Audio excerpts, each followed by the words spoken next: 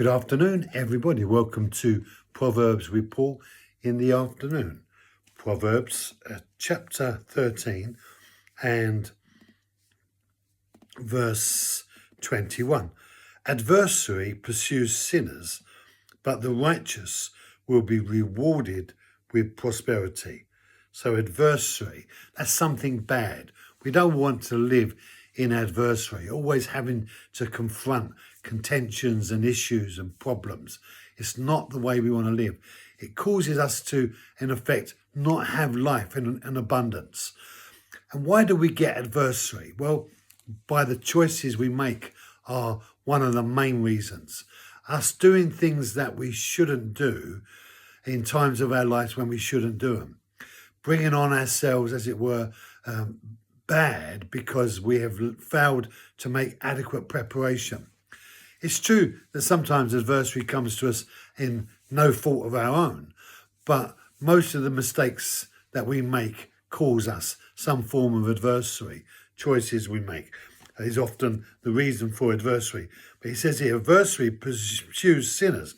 So this is the sinner who's more likely to make the wrong decision. And why is that? Because the sinner is in this rebellious state of wanting to do what they want over against what God wants. And as a Christian, we have decided to follow Jesus, which means we have promised to do what he says rather than what we want. But when we pursue what we want, often it's in rebellion to the things that he wants. That's not always true, of course. As God brings about revelation truth to our lives and we live in the flavour of that revelation, it all changes. But while we live in rebellion, whether we're Christians or not, we can sow seeds that will produce for us adversary. But for the good person, a good person leaves an inheritance. But a righteous person is rewarded with prosperity. So there are two types of people. There's the righteous person, and then there's the, as it were, the unrighteous person, the sinner.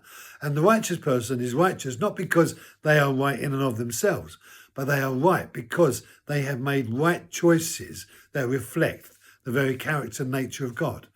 So even today, you will find yourself doing things and saying things and thinking things and feeling things. And you'll ask yourself the question, why am I doing that? Well, if you let yourself do it and you know it's wrong, then you are in effect inappropriately behaving, and therefore you have stepped into that place of sinfulness.